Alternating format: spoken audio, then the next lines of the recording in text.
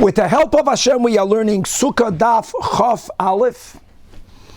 Quickly reviewing, we have firstly the machlokes, in which we begin the second chapter with the machlokes between the Tanach and Rab Shimon on one side, Rabbi Yehuda on the other side, regarding someone who is sleeping or eating under a sukkah.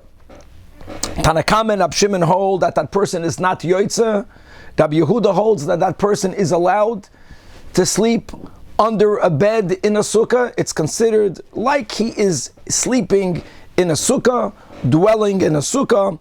And the Gemara began on Daf Chaf Amid Beis, and as we will see how these two sugyas are intimately linked one with the other, to quote a Mishnah that we have in Masechtas Ahalois regarding a naturally formed oil. The Mishnah over there is speaking about the dinim of Tumas oil, and Rabbi Yehuda opines that kol oil she'eino asi bidei adam, that a naturally made oil is not halachically called an oil for the dinim of tuma. It will not transmit tumas oil. And as we read out the Rashi, it's not just about the fact that it's naturally made. Even if it's made bidei adam, oil is only an oil if while it was made with the intent that it should serve as a shelter, as a covering. And therefore, versteht that if something is naturally made, there was no intent in there at all. We're going to continue the sugya today on Daf Chaf Aleph Amid Aleph. We're going to start 5 lines from the top of the Amid, and we're going to review something that comes up every now and then, and that is the extraordinary stringency of the level of tahara that is needed in the preparation of a para aduma. And as we'll repeat when we learn it inside, that being that the tzedukim erroneously said that the kohen who's preparing the para aduma may not even be tummy on the level of a tful yoim, so lahoitzi miliban, we dafke were metame the kohen who's preparing a new para aduma, and we took him to the mikvah, but he was still at full yoim. Lahoitzi miliban shal tzedukim. But now we have to make a counterbalance for people not to think that we can take the dinim of tuma lightly. So there were extraordinary chumras. And that's going to lead us into a statement where we will see that Rabbi Yehuda holds that even a naturally formed oil does have a law of an oil. And that will be a stira between the din that we will learn today, which will really be a Mishnah and Para against the Mishnah in Ahalois. And we will see how Rabbi Yehuda subscribes to exceptions, how this will lead into a challenge against the dinim of our Mishnah.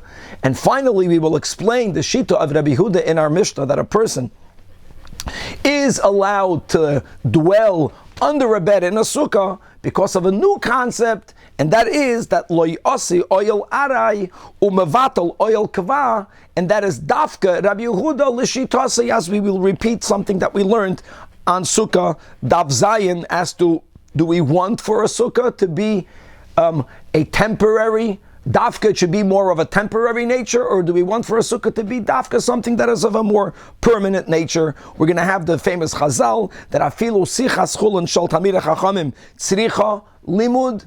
Even casual conversation about Talmud Chacham is something that requires us to study and to learn from. And on the Mishnah, on Daf Chaf Aleph Amid Beis, we will introduce another sheet of Rabbi Yehuda that will invalidate a sukkah whose schach is resting on bedposts. What is the issue of bedposts? One of the approaches in the Gemara is that bedposts, as we will describe, as they are still something that is mikabel tamei, tuma, and we're not allowed to use the davar hama'amid haschach, that which is directly upholding the schach. At least we paskin, at least lechatchila, shitas Rabbi Yehuda that's ma'akev, it cannot be with something that's mikabel tuma, and much more. Let us start on Daf Chaf Aleph Amid Aleph, again 5 lines from the top of the Amid, after we quoted Rabbi Yehuda in the Mishnah in Ahalois, that says that if you have a natural oil, as far as Hilchas Tum and Tara is concerned, it will not be able to convey Tumas oil, because an oil is only called an oil if it was made with the intent for it to serve as a shelter, as a cover. Frek the Gemara, there's a stira between Rabbi Yehuda and Alois and the following Shitas Rabbi Yehuda as we have it recorded in Masechtas Para. Let's begin inside. Frek the Gemara, V'sava Rabbi Yehuda, that kol oil she'eno asi b'dei Adam, that if it was not made by man, so there was no intent in its making, is by default, it's not going to have the status, the halachic status of an oil. V'reminu, I have a contradiction against it. And here again, quickly reviewing that being that the Tzedukim wrongly held that the Kohen who's preparing the Paraduma may not even be Tamei on a level of a Tvul Yoim. We dafka were Metame such a Kohen and we took him to the mikveh. But we did not wait until it got dark. So we dafka used an oil that is Tamei Betumas Tvul Yoim. But for us not to think that we can take Tumah lightly, we added extraordinary stringencies, including, let's read it inside, that that there were courtyards that were built in Yerushalayim, and they were built al gabi hasela, they were built on top of bedrock. In other words, on top of rocks that were unearthed apparently since the creation of the world. And if that indeed is the case, then there won't be a corpse underneath it. Now, can we be certain that it is a sela, that it's virgin bedrock? No, but at least it's a highly unlikely for there to be a corpse buried underneath it. Now, guys, let's not forget that if you have a corpse buried in the ground, if there isn't a tefach of space and then a proper oil covering on top of it, that tumah will then be called tumah retzutza, and it's boikaas, and it goes up. So if a person or a thing that is makabel a tumah will go over it, it will become tummy. But if you build a courtyard that's on top of bedrock, now maybe there is a corpse that was buried there a long time ago, and that goes into the sugya of tumas tohoim that we will review in greater detail another time. So on top of that, v'tachteim chalo. What they did was really v'tachteim means that on top of this bedrock, they would construct some sort of raised platform. The raised platform would be one tefach higher than the bedrock. They built it on top of arches, like double arches, overlapping arches.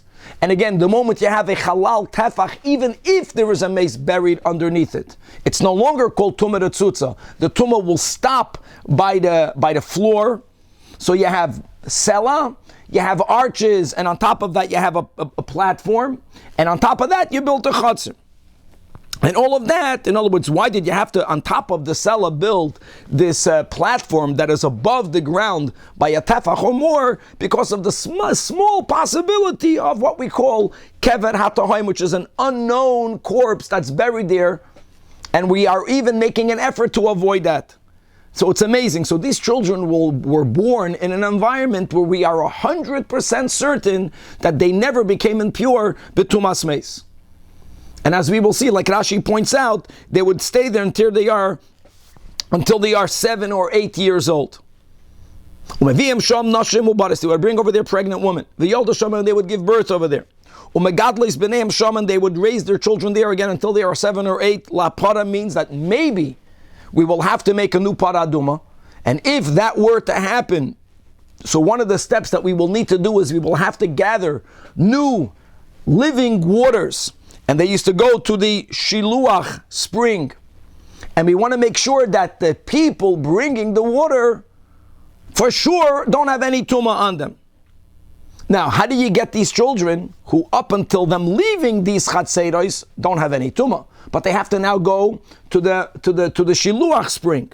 So umeviyim shvarim, they would bring oxen, and look at this. Va'al gabeim the lasais, and on top of the oxen they would put out a door. In other words, when you go from these chatzeros to the spring water, maybe then, unbeknownst, you're going to be walking over the remains of a corpse that's buried underneath the ground.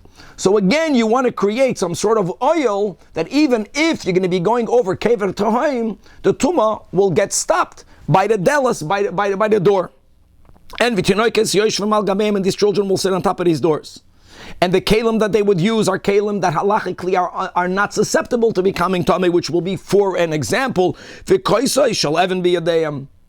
now when they come to the shiluach, here we're going into another question, and that is whether drawing the water is valid if you are lowering the keli from a higher place, or whether you have to draw directly from the water. So the Tanach holds that Yordu Lamayim Umil that the Tanach holds that it won't be considered a halachically valid drawing of the water if you are mishalshel, if you lower the cup with a rope, you have to actually go into the water. Now, could it be that underneath the water in the spring, somewhere buried underneath, there is a cave-in? Yes. But it's highly, highly unlikely, but you have to take that high unlikely risk because there's no other way of getting the water into the cup for it to be considered a halachically valid drawing of the water. And right away, they would go back and they would sit on top of the door, on top of the ox. And if you remember, guys, we had this in the beginning of Yuma, that the kohen that's going to be the one preparing the new Para Aduma, he would actually be sequestered in the Beis HaMikdash for a full 7 days. No one was allowed to touch him. And the waters would be brought to him. Now, brought to him meaning that during those 7 days of sequestration, they would sprinkle on him every day. Every day we learned, if you remember in Yuma, it's not mamash every day, it's not the 4th day, but other than the 4th day, they would sprinkle on him every day from the Meichatos, and these were the waters that were used to do the sprinkling on the kohen that's sequestered. Now there's one weak link, and that is when the child would leave the door, would leave the ox, go down to draw the water, because the Tanach holds that there's no other way, because if he were to lower the cup into the water and then bring it back up, that's called being mishalshel, the keli, it's not considered drawing water. However, Rabbi Yossi holds that drawing water is valid even if he's not putting the cup into the water himself, even if he's lowering it from this higher platform, so he stays on the higher platform. And all of that is because of the highly unlikely, but still there's always a possibility, that punct exactly where the child is going to land in the water, underneath there, many years ago, unbeknownst to anyone, there is a corpse or enough of the remains of a corpse that is able to convey tuma as tuma retzutza. Okay, now why did he have to go on a door? What's wrong with using the ox itself as a interposition, that even if there is a corpse buried underneath that path that they're walking from this chatzit until the shiluach, the ox itself can affect that oil. And indeed, v'tanya Rabbi Yehuda Omer, that lo yehoya meviim dolasis, we'll see, is it that you did not need doors, or actually Rabbi Yehuda holds that doors are not valid? Ella, we'll see, we'll get to that in a moment, but what was done, the shvarim, the oxes were very wide-bellied, and the children were, so to say, were completely on top of the ox. Between the zayton of the oxen, there was nothing of the child that was directly over the ground, so the ox itself would serve as that oil, that even if they're walking over a kever, the tumah would stop by the underbelly of the ox. End of Mishnah. And now comes the Bamba Kasha. So what did we learn in the Mishnah in Ahalois? What does Rabbi Yehuda say? That if an oil is not asui bidei adam, and as we mentioned, it's not just that it has to be man-made. An oil, for it to be a halachic oil, it has to be made by a person with the kavana that it should serve as an oil. So how can an ox serve as an oil to stop the tumah retzutza? The oil she'einoi asui bidei adam hu, and yet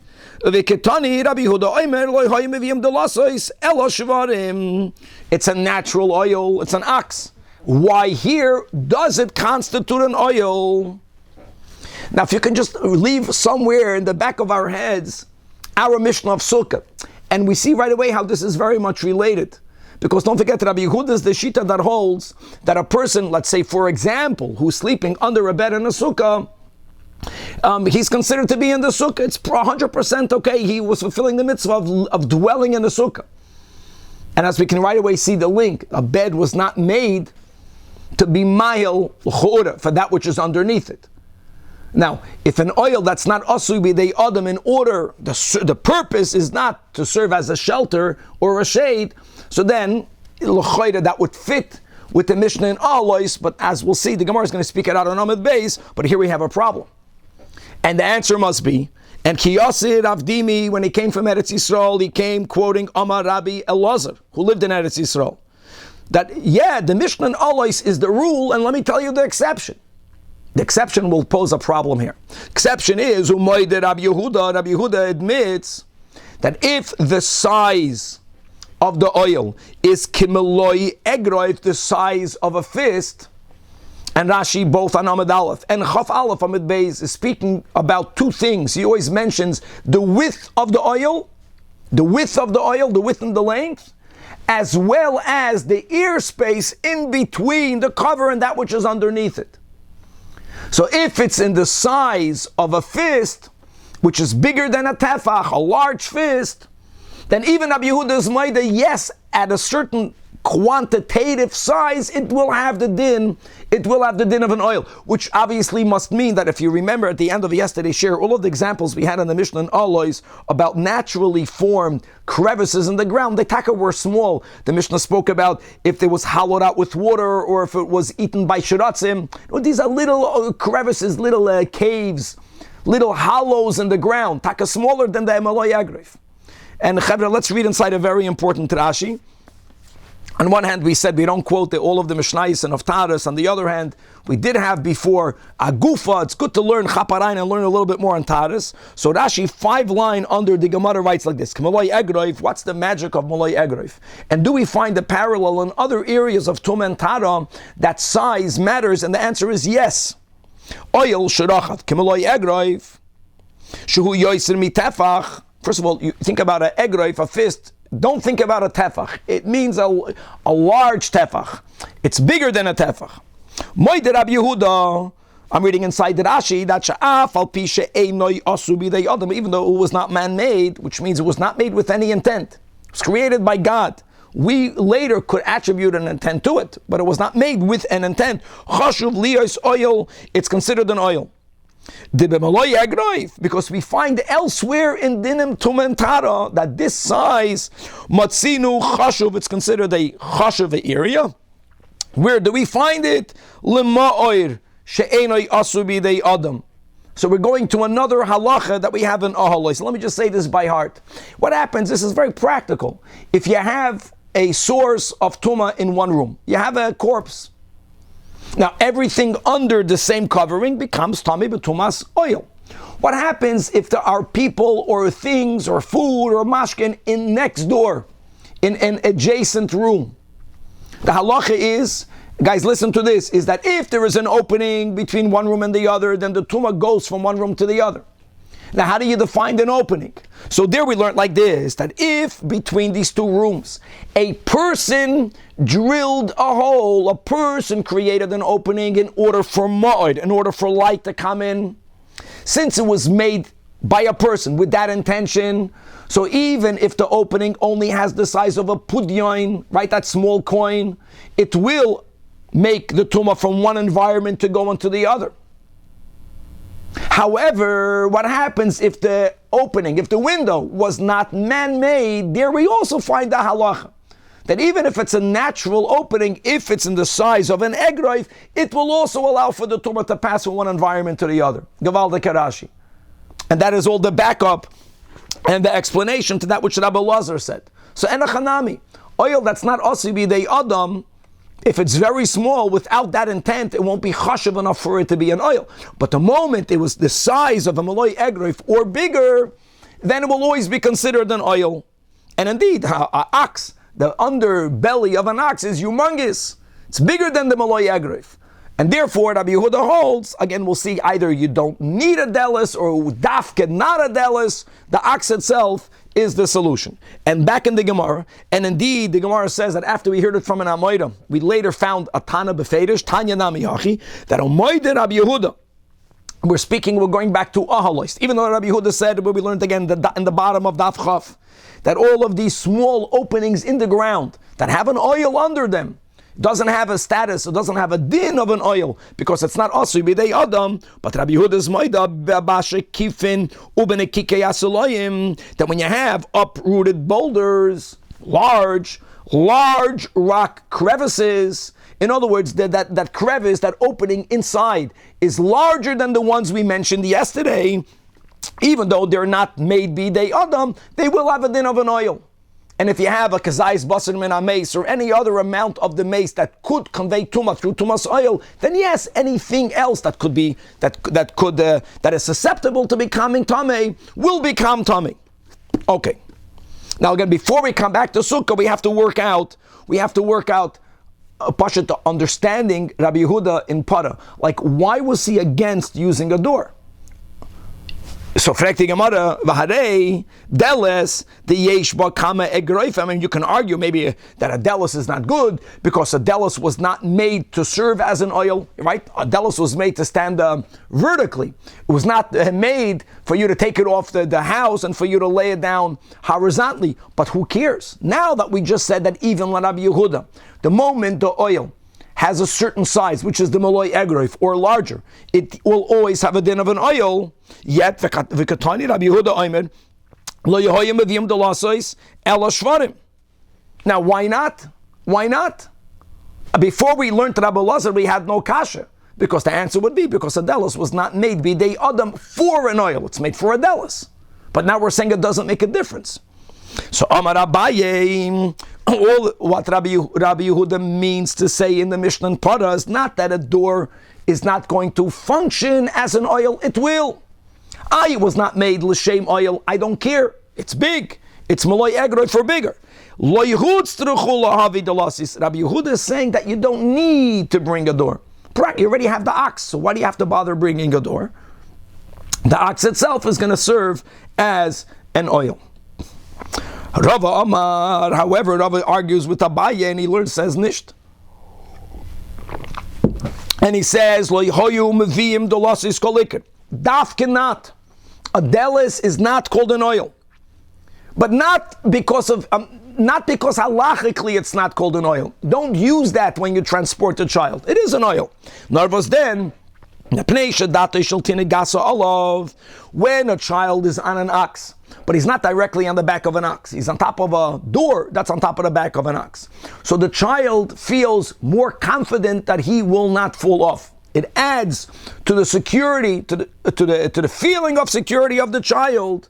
You know, if you're riding on top of an animal and you feel very safe, especially a child, you might become curious and you might lean over to look at that which is underneath you. And the moment the child leans over, then not the shiur is there to interpose if there is a tumah underneath, not the door is there because he's leaning over. Shema yoitzi roishoy oyechad meivarev v'itame. Daf Chaf Aleph, and again, of course, we're not walking this child through a cemetery, but the whole fear is a very small fear. You know, there's a very small chance that maybe it's bekever at home. There was someone buried there that no one knows of, and they're walking over it right now. And now, 1 second. And what happens when you don't use the door? So it's a technical thing that when you put a child on the back of an ox, in other words, he doesn't feel as safe. He clings. He hops onto the ox better, and he won't feel safe to lean over, which is what we're looking for, which will make sure that there will always be an ox interposing between the child and the ground underneath him. And now we have a machlekes Harolim Shat and Rabbi Yehuda. So the Gemara says, Tanya Kavasi de Rava. Rava says, not like Abaye that a door is good. Lo yehoyu tzirichin. No. Rabbi Yehuda meant don't use a door.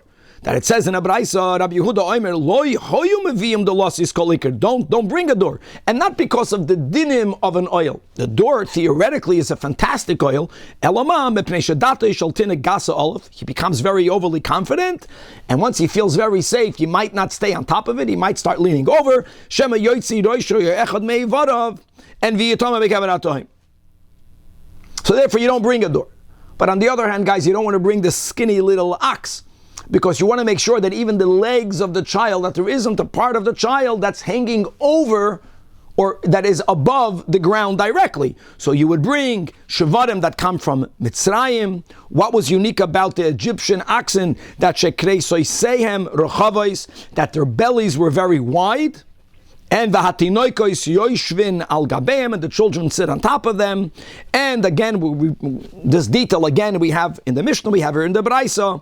It's not only about the child being guaranteed that the child did not acquire tumah, but whether you're going to go down into the water, whether you don't need to go down into the water, the keli is going to go into the water. Well, maybe the keli is going to be over kever hatahoim, so you would bring a keli that's made out of a material that even if it's directly over a corpse, it will never become tamei, and that will be, as an example, koisois shel even. There are other materials. If you have earthenware that was not put into a kiln, if you have a keli that's made out of dung, and other materials. But the example is a koishel even. B'yadeyam, higiyu l'shiluach. Once you come to the spring shiluach, here again, Rabbi Yehuda, not like Rabbi Yossi, holds that if he would not to descend into the water, if he would simply only lower the cup with a string, with a chain, that won't be considered a halachically valid drawing of the water. So this is the only weak link, ein b'reida. Because you don't have an option, you have to go down. Yardu, the child would go down, and when you're in the spring, there's even a lesser of a chance that underneath it someone is buried. Umilu'am, and he would fill up the cups. Va'alu, and he would go back, and from there he would not go back to the chutzner. From there he would go into the Beis HaMikdash complex, in which you have the kohen that's being sequestered 7 days prior to shechting and preparing the para aduma. And one of the many steps you did to that kohen was you sprinkled on him from the old ashes, right? All of the 7 days, or almost all of the 7 days. And these waters were used for that sprinkling. And v'yeshvu lahem al gabeh. Okay, so at Khan, we brought the Mishnah in Alois, which without even the Gemara speaking, was really self-understood, that Rabbi Yehuda says that you can dwell under a bed. Well, of course you would say, Rabbi Yehuda says in Alois that it's not even called an oil, because it's not made for shelter underneath it. And I know we can counter-challenge it as we will. Problem is, now that we brought the Mishnah of Rabbi Yehuda and Para, and we made it clear that it's not that Rabbi Yehuda always says that if you have an oil that's eino asi b'dei adam, or more importantly, negeh to the Sukah, that if an oil was not made with the intent for it to serve as a shelter or a cover for that which is underneath it, Rabbi Yehuda says it's never an oil. It's not true. Rabbi Yehuda only says that if it's very small. The moment you hit the size of an egg reif or larger, whether it was made naturally, whether it was made b'dei adam for another intention, we're putting it all together, it will have a din of an oil. So now, how do we understand the Rabbi Yehuda in our Mishnah? A bed. The yesh ba kama egroifim. Here again, Rashi says it's both many egroifim wide, and you have the space of many egroifim from under the bed till the ground. Whichever way you want to apply the measurement of an egroif, and it's kama egroifim, which means that Rabbi Yehuda will consider the area under the bed to be in a tented area. You are in an oil. Well, if you are in an oil under your bed, now we have the kasha. Yet v'tanan, that Rabbi Yehuda oimer, no hagin hoyinu. It was common practice that what? Shehoyinu yishenim tachas amita b'fnei hazakenim. And yeah, we were talking younger than them, but the fact that the zakenim did not respond to us, that was Rabbi Yehuda's raya, that there's nothing wrong with dwelling under the bed, because you are dwelling in the sukkah. How are you dwelling in the sukkah? If you are dwelling in an oil, doesn't the oil separate you from the sukkah? Answers the Gemara, no, bed is different. Shani mita hoyel v'legabo asuya. Since the bed was made for it to be used for the top, you sleep on top of the bed or you sit on top of the bed. So it's not that there is no kavanah. It's a negative kavanah. It was made dafka for it not to be an oil. Once you have that intention, it was made for it to be used as a bed, then the area underneath it won't be called an oil. Hold on. Says the Gemara, what about oxen? Shvarin nami de legabon nasuyin. Right? An ox was made, that's amazing. Here we're using God's kavanah, so to say, or the usage of the ox, the kavanah that the human being gives to nature. And that is, if people sit on an ox, it was not made for it to be used underneath it. So the Gemara says, Ki asar ravin, Amar Rebbe Lazar, another detail from Rebbe Lazar, that it's not true, that even though people primarily use the ox to ride on, but there is a function that we give to the underbelly of the ox, and we use it as a shade and a shelter. And Shani Shavarim, Hoyul Umaginim Al Horoyim, that shepherds commonly will go under the belly of the ox.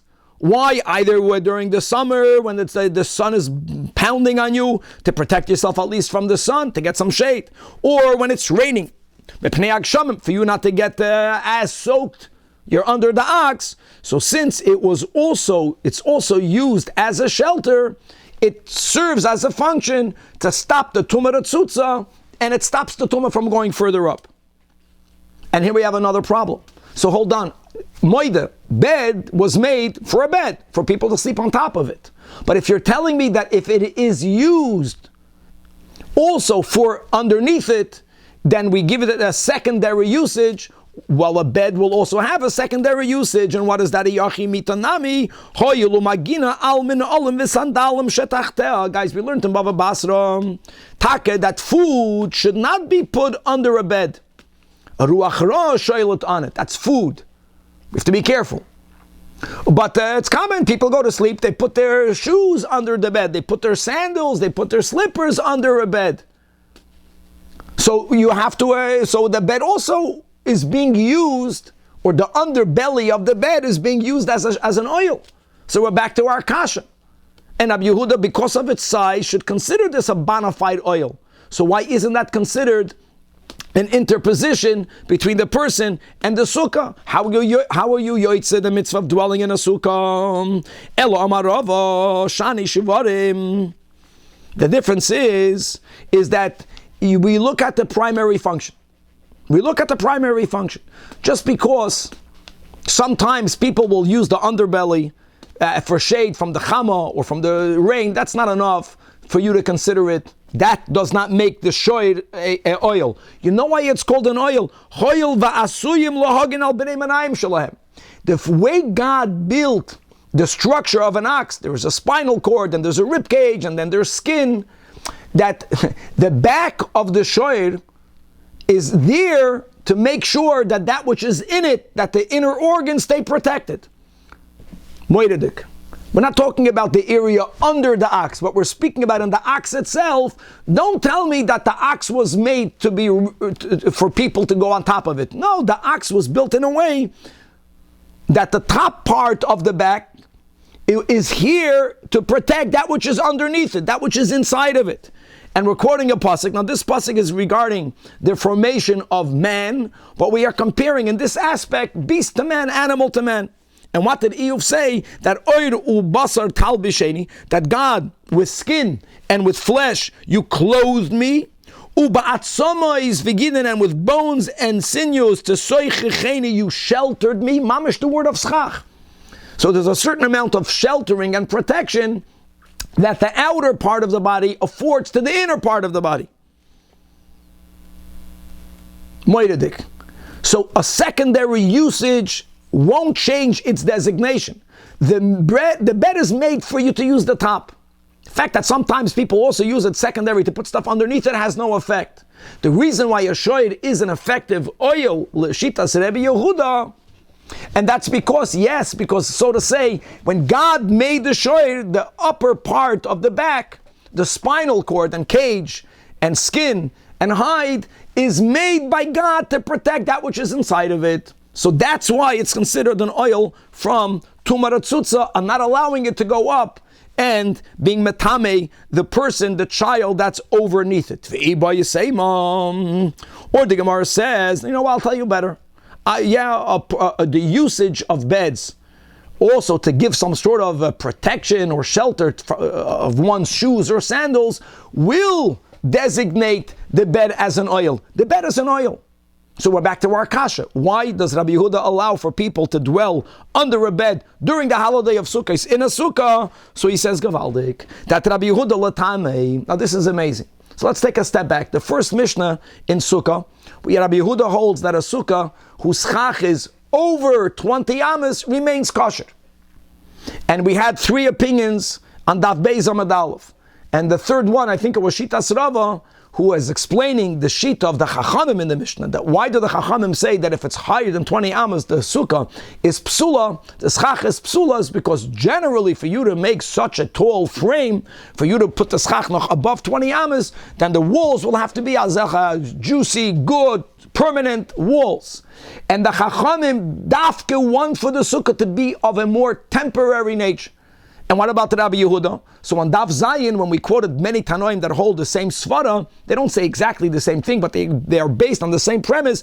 Rabbi Yehuda dafke wants the Sukkah not to have a temporary nature. The Sukkah should be dafke built in a way where it's more like a keva, something of permanency. So, and that's whether your sukkah is that solid or not, since Rabbi Yehuda holds that what? That sukkah diras keva bo'inan, that we want for the nature of the sukkah to be like a permanent dwelling. We are machshiv the sukkah halachically like a diras keva. Makes sense. Oil is something very temporary. And v'havalei mita, yeah, you're right, mita is an oil. But it's for sure considered the diras arai. Especially, it's such a secondary use to be underneath it. And the sukkah is oil kava. Gavaldik. And therefore, v'liyasi oil arai umavatal oil kava. Which is fantastic. And that already explains, the Gemara doesn't have to speak it out, that according to the Tanach, since the Tanach holds that the nature of the sukkah has to dafka be of a temporary nature, even if you ended up building up an iron walled sukkah, doesn't matter. It's halachically considered something temporary.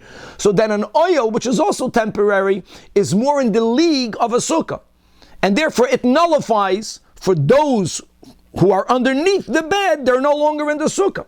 An oil arai could be mavatal a sukkah's arai. But dafke Rabbi Yehuda l'shitasai, who holds again that a sukkah has to be a oil keva, an oil arai is considered insignificant, and therefore it does not create an interposition. Fantastic. Now it's not that fantastic. Why is that not that fantastic? Because if you go back to Daf Zayin, one of the many Tanoim that we quoted in the same pot was the Tanach Rab Shimon.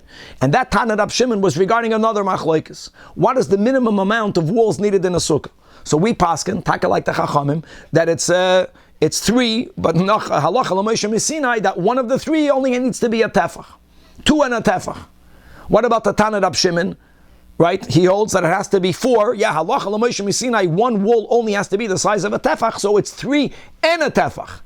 And the Gemara and Daf Zayin explained that what's underlying Rab Shimon, he also subscribes that an oil has to be of a keva nature. It has to be of a more permanent nature. And therefore, Pashat, 4 walls is more permanent than 3 walls. But here's the problem in our Mishnah. Because in our Mishnah, it's not Tanakama and Rabbi Yehuda. It's Tanakama and Rabbi Shimon against Rabbi Yehuda. Rabbi Shimon holds that you may not dwell under the bed. Why not? Since if the logic of Rabbi Yehuda is because he subscribes to a sukkah being something that's considered keva, Rabbi Shimon, the Amar Nami sukkahs dira keva bo'inan, which is why he holds. The Gemara says on Daf Zayin that the sukkah has to have dafka 4 walls, 3 walls and a tefach, or as we explained, midrabanan 3 walls and 7 tefachim. I v'ha asi or v'asi oil arai umevatel oil keva, and that was the whole story of Rabbi Shimon, that learned from the story of Tavi that only Tavi is allowed to live under the bed because he's not mechuyev to sit in the sukkah. So the Gemara says, hold on, you're right by saying that Rab Shimon, like Rabbi Yehuda, both hold that the sukkah halachically has the status of a diras keva. But who told you that a diras arai is unable to interpose a diras keva? Who told you that? That itself, that is the machlokes tanoim. That indeed, either in or without the in, that's the machlokes. Machlokes is not about the status of the sukkah. The status is about how much of an arai, how much power does something that's arai have to consider it a separate environment or to interpose between the oil, between the diras keva. Marsover, that's Rab Shimon, that osi oil arai, even though it's arai, and it has the power to be mevatel oil keva.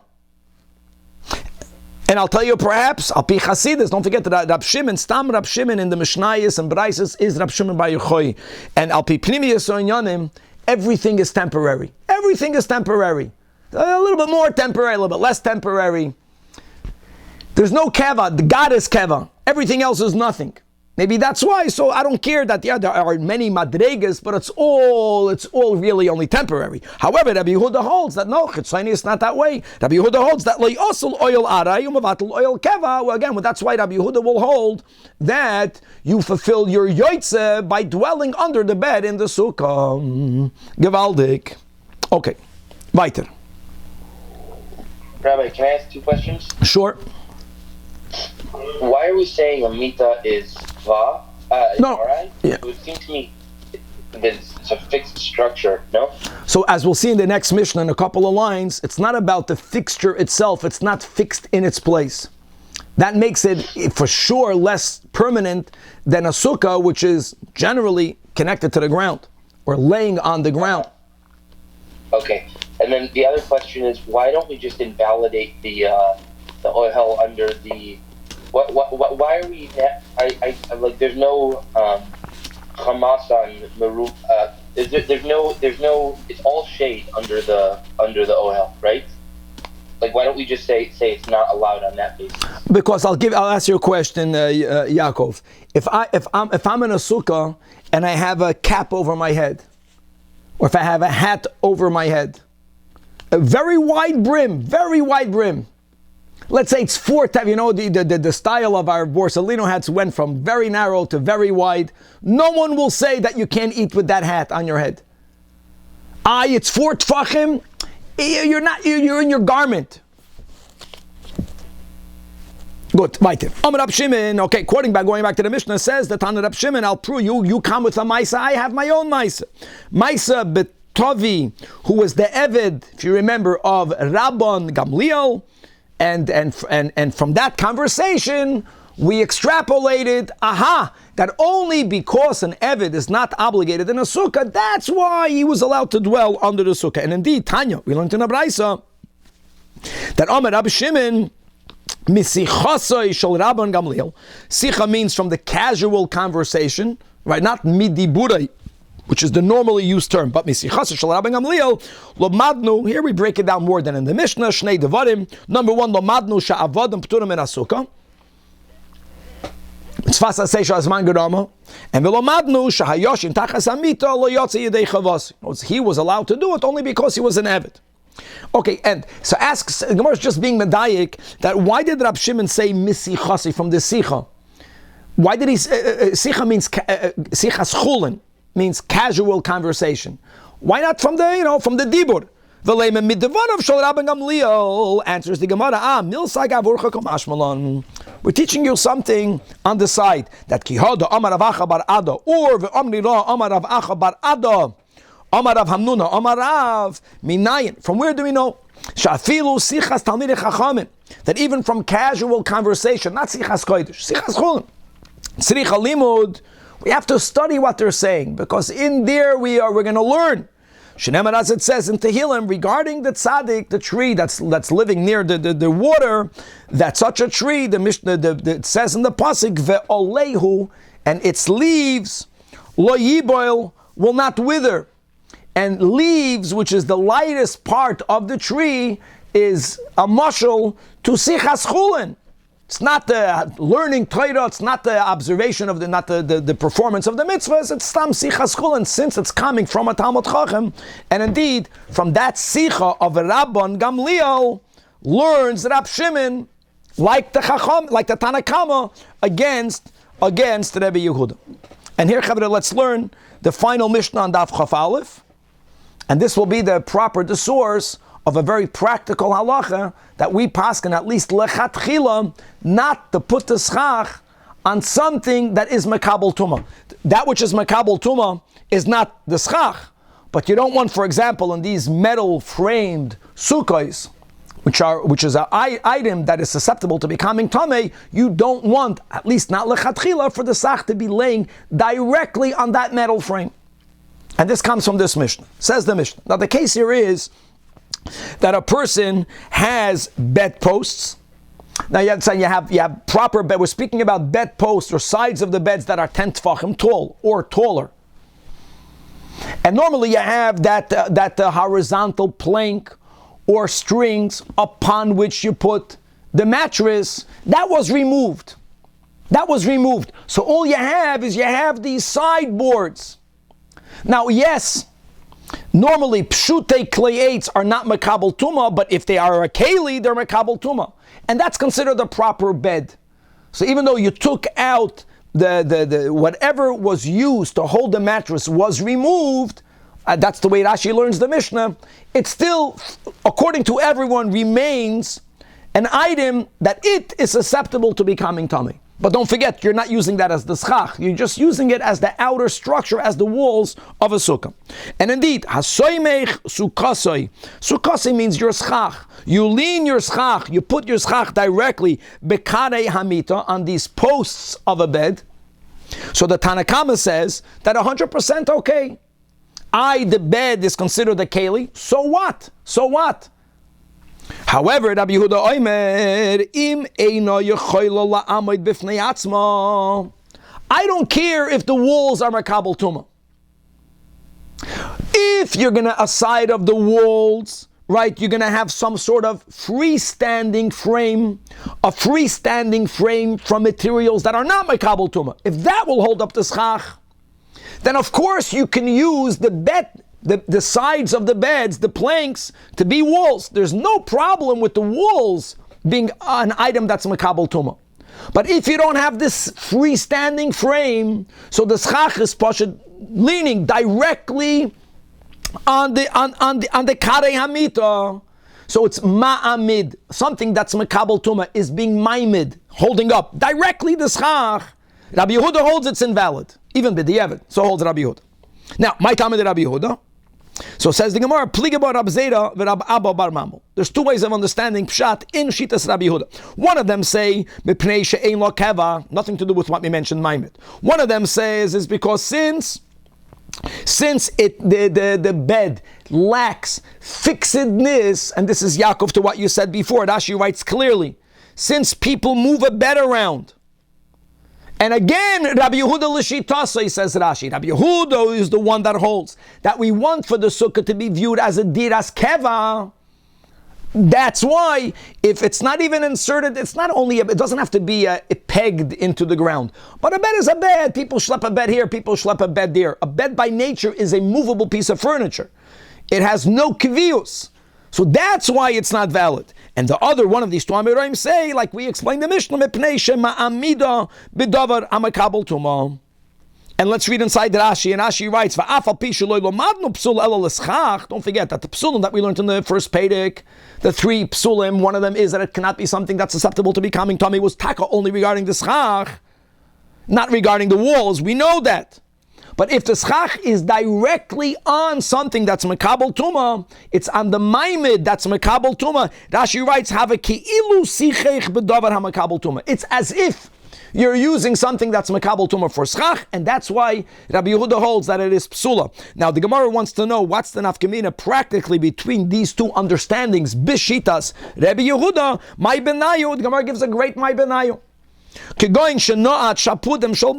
you have freestanding, if you have metal pegs and a shapud, these spits, metal spits are considered a keli. What happens if the schach is laying directly on it